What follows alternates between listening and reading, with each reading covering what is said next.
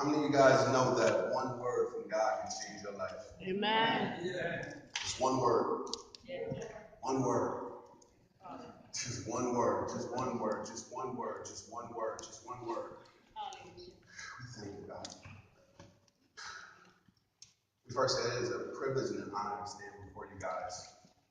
Just be able to share me. I just wanted to be transparent with you guys and share a little bit of me today. Over about the past week or two, I've been hearing God clearly in my spirit asking me, who are you? Who are you? Who are you? And I felt like God was getting me to challenge my identity.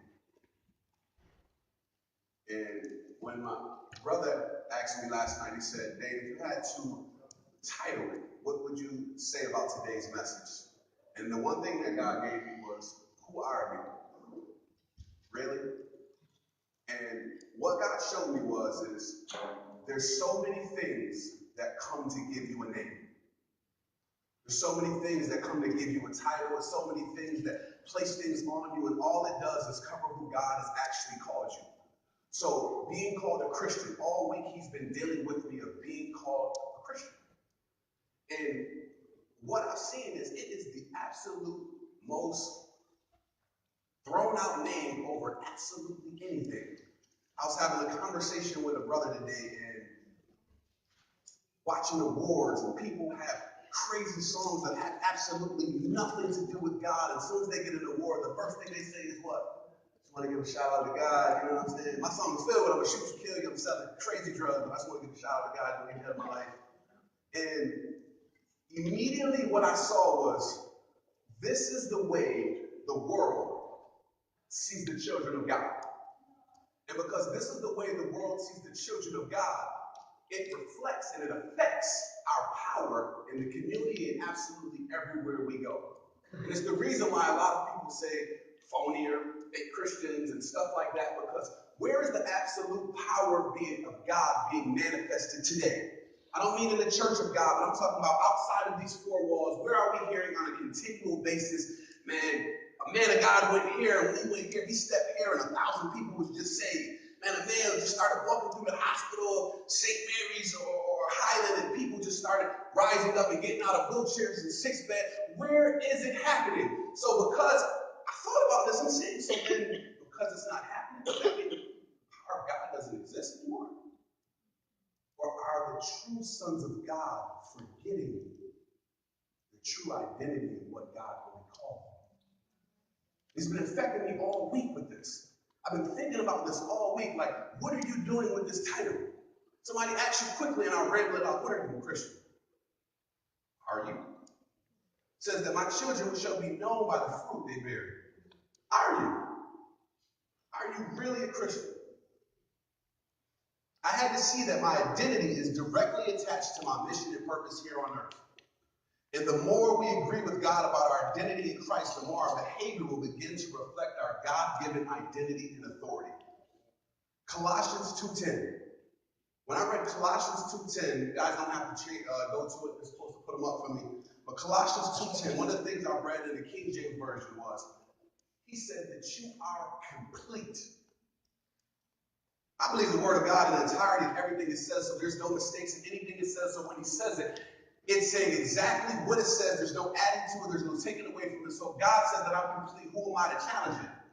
And I thought about how much money is being spent to challenge who you are, to show you your insecurity, show you your true identity to the world and what you really are. People spend millions on commercials. Let me add here. Let me take away here. Let me lose weight. Let me add weight. Let me do all of this stuff because to the world, I'm not perfect. I'm not complete. So let me add to it. And God is saying, I made you specifically the way you are, and there's no adding to it. Amen. It's the world's job to do that. And so what I had to see was that because I didn't know the true source to seek for my identity, I was allowing absolutely everything to place its identity on me. So whatever they called me, I reflected. When it said you're a thug, I try to reflect that. When it told me you're a bad boy, I try to reflect that. And all the while, God was saying, I never made you to be that. Amen. I've never made you to be that. But I just placed these titles on because I didn't know where to seek for my answer. Isn't it strange and funny how if our car, something's wrong with our car real quick, we'll look for the manual. If one of my kids' toys break, I'll go find the manual. Something in the kitchen break, I'll find the manual. But we as a people don't run to the manual when we need help. Amen. Let me run to this physician. Let me run to this counselor because they got the advice that I need for my life. You know, she's been doing this for 20 years. Let me seek in this. Let me try to do this. And all the while, God is screaming at the top of his lungs, I'm right here, my daughter. I'm right here, my son. Yes. They can't tell you what you was put on this earth for. They can't tell you what you was built for. They can't at all give you even a glimpse of your identity. Yes. But I'm right here. I'm right here. Amen. So who are you? I started asking people, yo, who are you? Just through the week to see if what God was giving me was the absolute truth. And it's so crazy, again, when we don't know who we are, what we do is we reference who we are by what we do. Mm. I said it again, we'll reference who we are by what we do. So I was asking people all week, who are you? People like, I'm a doctor. I'm a spectrum technician. I'm this, I'm that, I'm that. And what God was showing me is because we're not referenced by the real attributes of who we are, the true nature of God is never, ever being exposed to this world. Because that's what you do. It's not who you are. I called you a true son of God. I called you an ambassador. I called you a prophet. I called you all of these things, but yet that's not one of the things you name when somebody asks you who you are. My identity was lost. And this is the reason why it was being affected in my walk. It was the reason why my marriage was being torn up. It was the reason why my kids really didn't have no respect for me. It was the reason why I left them with the prison. It was the reason because they didn't know who he was or even where to search. Where to search. Amen. I began to realize that people are selfish. And it's by habit. They don't even need to be. So somebody else isn't going to help me put my identity on me because what they'll rather do is look out for their own benefits. So somebody's not going to say, yo, you're a child of God, man. Listen, I need you to study this amount of time. I need you to look out who you are. I need you to search for this. They're going to help you as far as pushing you away from it. And it's not on purpose. It's not on purpose. And again, all the while, God is screaming, come home. Come home. Come home. So if I had to ask you, and it's not a question to answer, but just something to think about through this entire week. This entire week, I hope you hear screaming out loud in your spirit. God asking you, who are you? Who are you? I started saying, well, God, if I'm this person, what should I be doing? He took me to Joshua 1:3. He said, son, every single step that your foot touches, you should walk. And I said, this don't look nothing like my life. Everywhere I go, I'm being shut down if I'm going for this, if I'm trying to do this. It don't look like I'm owning it. So I knew then I can't be walking in identity. I can't be walking in identity. If I can show you guys a live example, this was my life. And this is what the world does. See, what God is saying is, again, he made you perfect. There's no adding to it. You see, what we think is that we strip away from it. Imagine a plug in a wall. You plug something into the wall. When you disconnect the plug from the wall doesn't go anywhere. The source just removed. So God, what I'm saying is that powerhouse, that identity, everything is still down inside of you waiting to be birthed. It's waiting to be birthed. Amen. But this is no purpose. It tells you, you ain't that person. We should go drink, we should go smoke, we should go chill. And all the while we place things over it. We place things over it. We place things over it. God was saying to me, he said, son, every instance, every time you yell at your wife, every time you cuss somebody out, you placing stuff over it. He said, so before you know it, the way I birthed you, He said, you look completely, totally different. Everything, the way that this world covers you, and you look completely, totally different than the true sons of God. Amen. So I said, Father, if I look completely different from the true sons of God, it has to be the reason why the things of the past haven't yet stopped seeking me and bringing me back to hell, because I look just like them.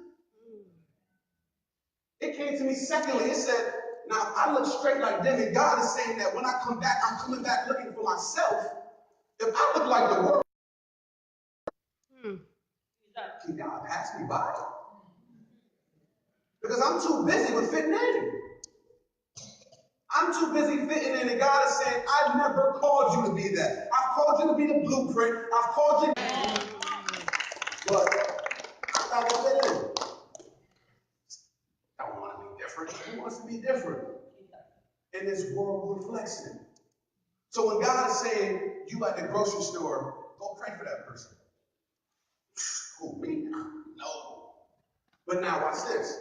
I bet I can talk to that person I don't even know about the basketball game last night.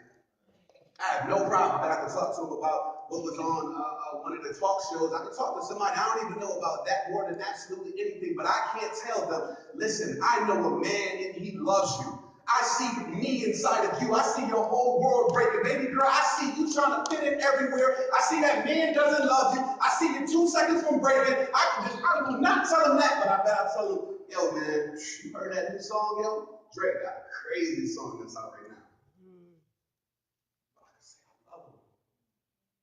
I can say I love him.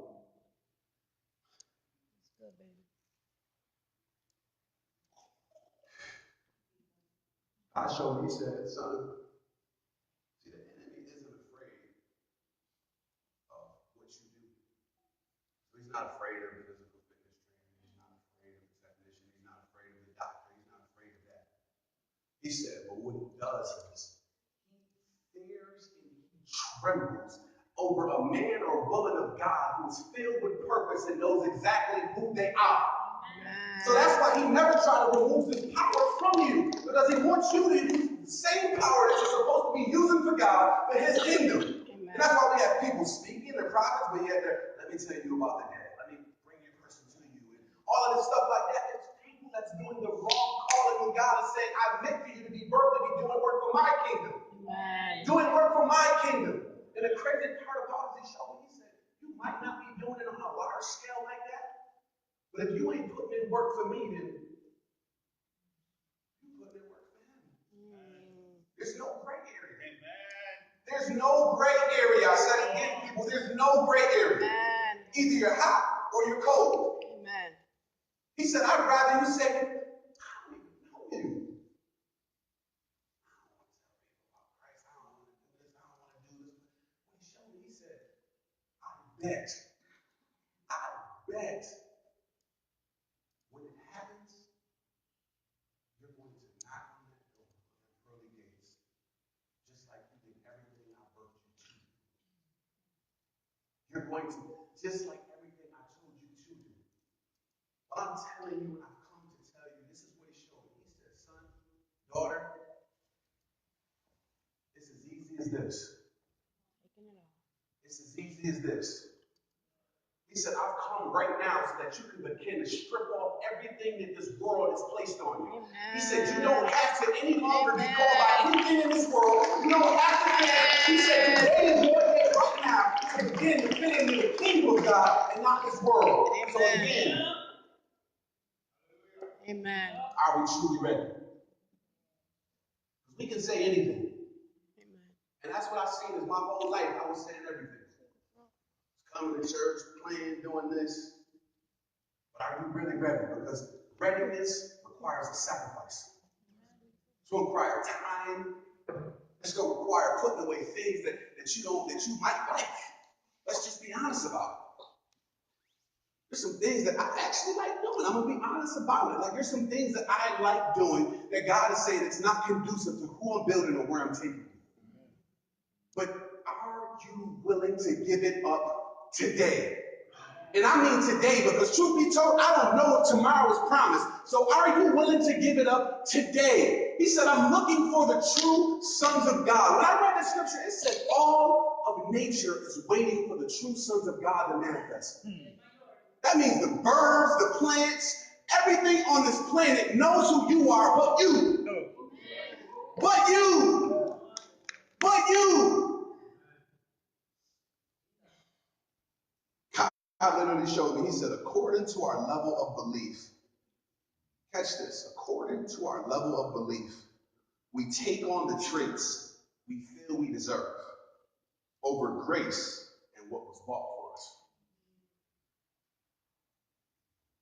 So when I'm in shame, I'm in sin, and I'm doing this, and I'm not saying I'm perfect, because I'm telling you I'm still trying to get me right, but when we're in this nature of not seeking God fully and not caring, it's hard for you to accept what someone says. You are the righteousness of Christ. Yes.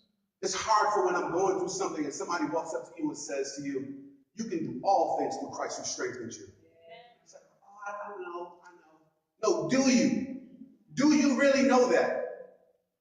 I looked up and then Romans 1:20.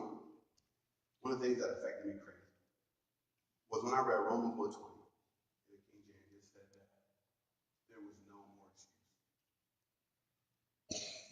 There was no more excuse. That I had to personally receive the conviction that now that I know who I am, there's no more excuse. And if there was no more excuse, I received that personally to say, when I get before God, that's what he's going to say, because that's his word. You don't have an excuse. You ain't have an excuse to stay in it. You didn't have an excuse to not to witness. You didn't have an excuse. You didn't have an excuse. You didn't have an excuse. And that's what the enemy wants to do. My wife told me something profound, and it took me a second to catch it. She said, the enemy is great at calling you by your sin.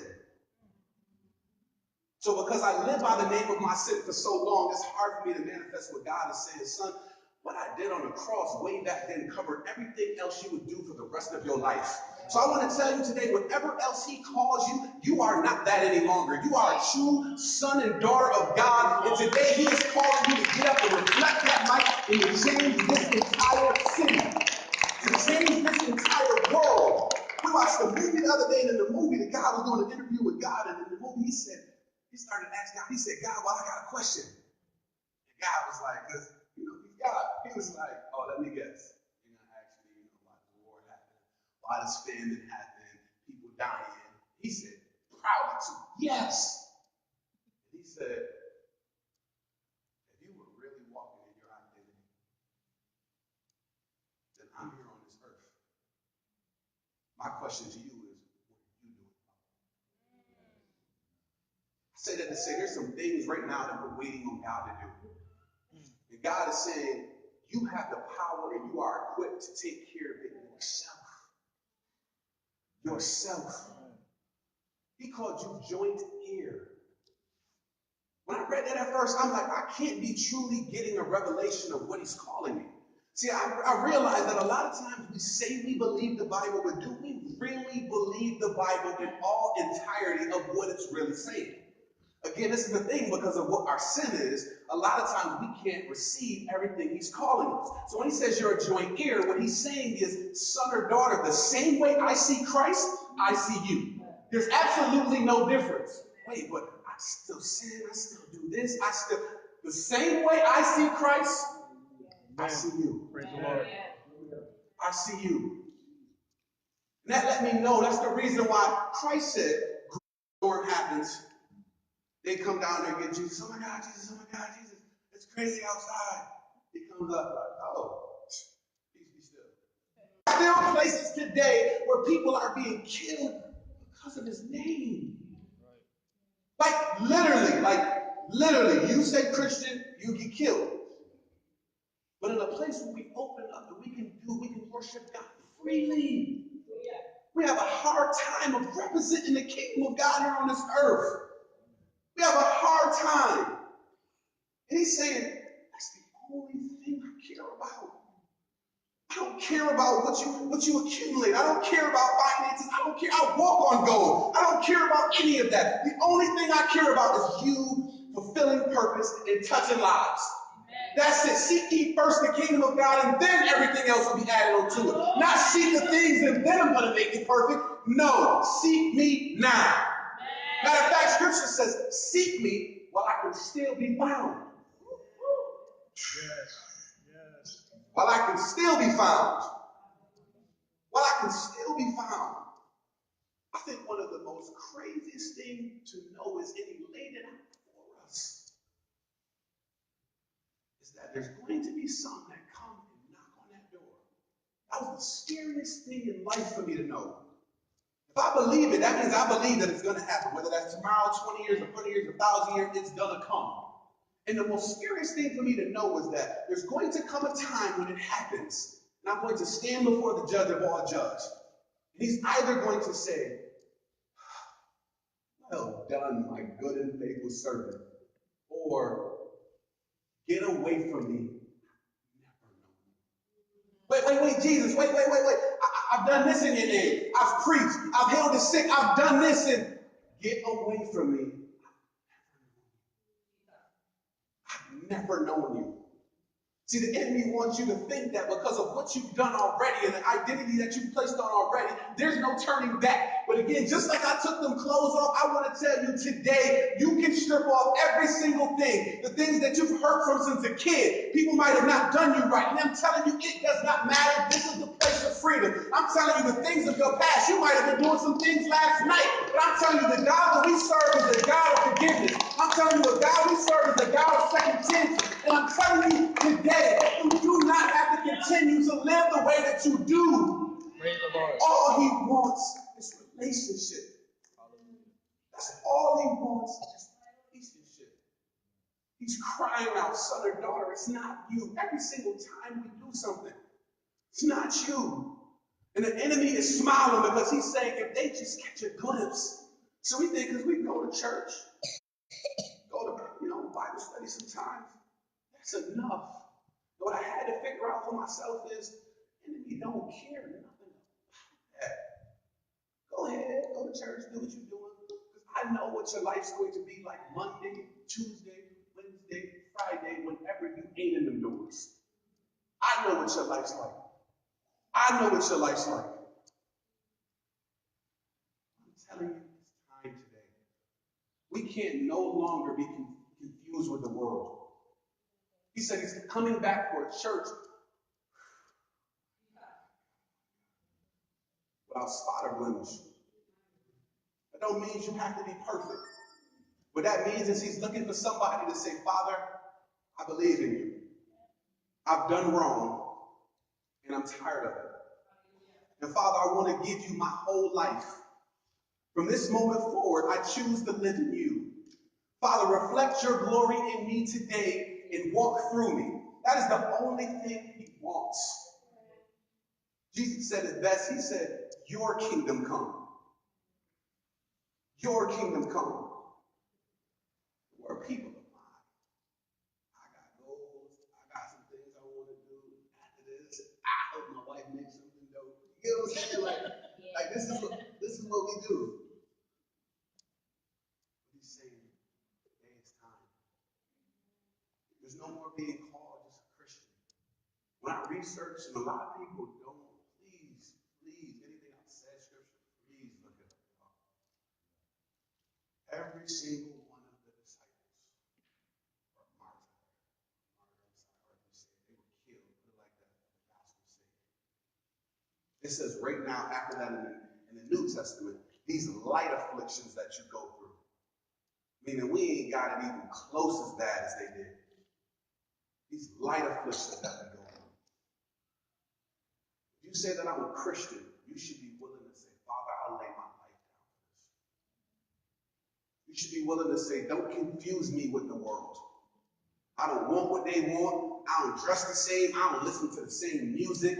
We are two different, totally different people. Life has no commonality with dark. And what I noticed was that when I started dressing different, that's just a small step of me saying yes and saying yes to his will. What I noticed was that as I walk different, as I dress different, as I talk different, and I started to take on the characteristics of Christ, I didn't really have to tell the people in my past to get away from me. They would just be like, bro, you different. I just want you.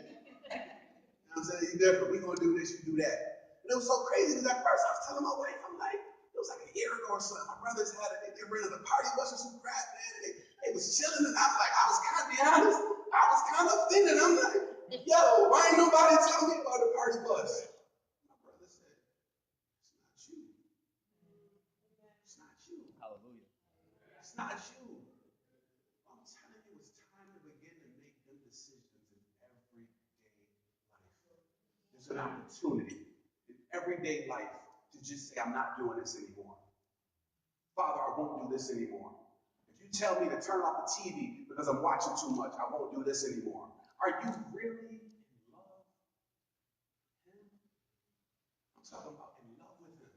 Father, I place everything behind me just for the sake of getting to know you better. He told me today, I was in prayer today, standing up here, eyes closed, worshiping, listening to music. He said, Dave, my one desire, spiritually, I want to impregnate my people with my identity. I want to impregnate my people with my identity. My identity. I remember hearing Pastor Lonnie before. He said, we take on the characteristics after our father. You know what I'm saying? He gave an example. He said, you know what I'm saying? If I walk this kind of way, but my kid kind of walk like the mailman, I would think like maybe the mailman. You know what I'm saying? And it's funny, but it's serious. When he looks at the way we walk, and he say, yeah, that's my daughter. That's my son right there. Or is he looking and he's saying, he has a different father. She has a different father.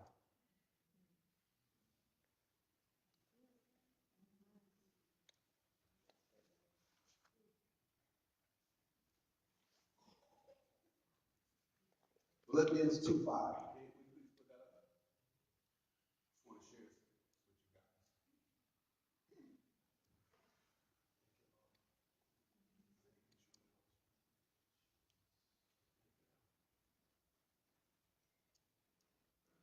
Can we do King James? King James or Amplified, please?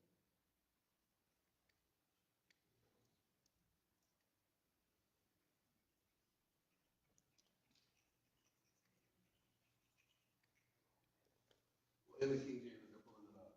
King James says, let this mind be in you, which is in Christ Jesus. Let. And what I had to see was let implies there's a choice. There's a choice. You have a choice today. You have a choice to say, nah, that was a good word, that was an okay word, but I'm actually good where I'm at. Or you have a choice to say, no, I'm sick and tired. I don't care about the person sitting next to me. I don't care about the person sitting in front of me or behind me. The only thing I know is I'm sick and tired of not reflecting the true light of Christ. Let this mind be in you. Let this mind be in you. Let this mind be in you.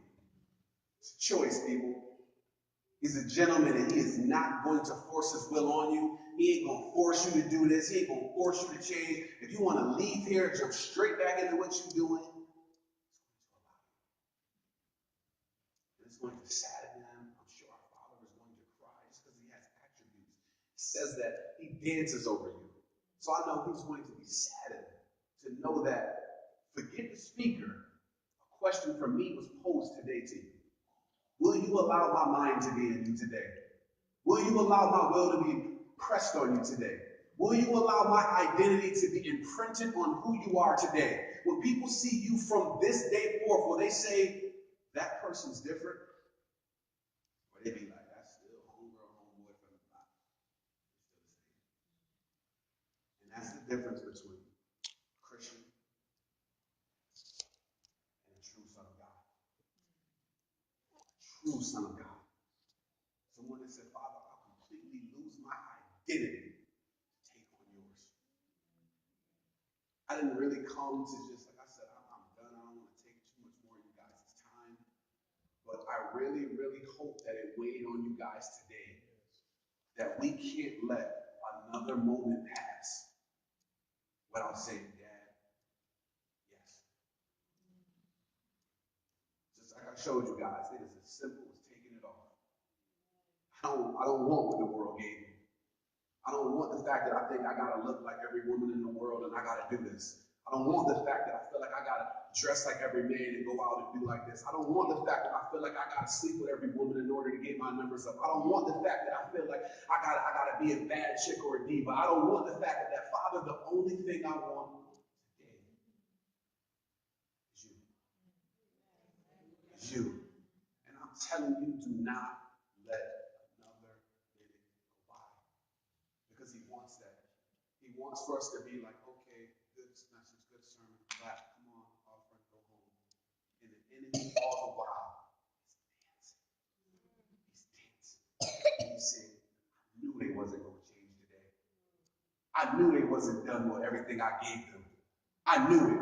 It says, belly of mouth, the belly of hell is expanding. I don't know about you, but that's scary. I'm not saying that my spot in heaven is solidified. I'm saying I could be one of them because tomorrow isn't promised, but I'm telling you, that should scare you and make you say, Father, I want you. Done living that way. I'm done living that way, Father. And all I want is you, Father. Let your mind be in me. Let your mind be in me. I don't care how old I am. I don't care what my friends are doing. Father, I don't care if nobody in my family understands the decision that I'm going to make today. I can lastly just tell you what I had to realize was it ain't about how long you've been doing this. You say you've been a Christian your whole life. Think how many people you actually say that. I've been a Christian 20, 30 years. Man, I've been going to this church for 15, 20 years. But have they taken on the identity of their Father? Have they begun to operate in the purpose of God?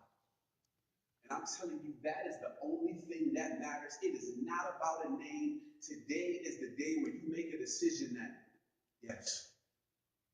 I don't care how many times I've been in this church, God, yes. I don't care how many times I've heard sermons, yes. I don't care, Father, that I feel like I don't want nobody looking at me when he asks, is there anybody that want to say, yes, yes. I'm done with it. Devil, you've had enough of my time. You've had enough of my life. You've had enough of my finances. You had enough of the way I treat my kids, my husband, my wife, my spouse. And all I know is, yes. Because I can't do this alone. I cannot do this alone. My question to you today is, will you say yes? Amen. Amen. Thank you, Holy Spirit. Brian, can you play something?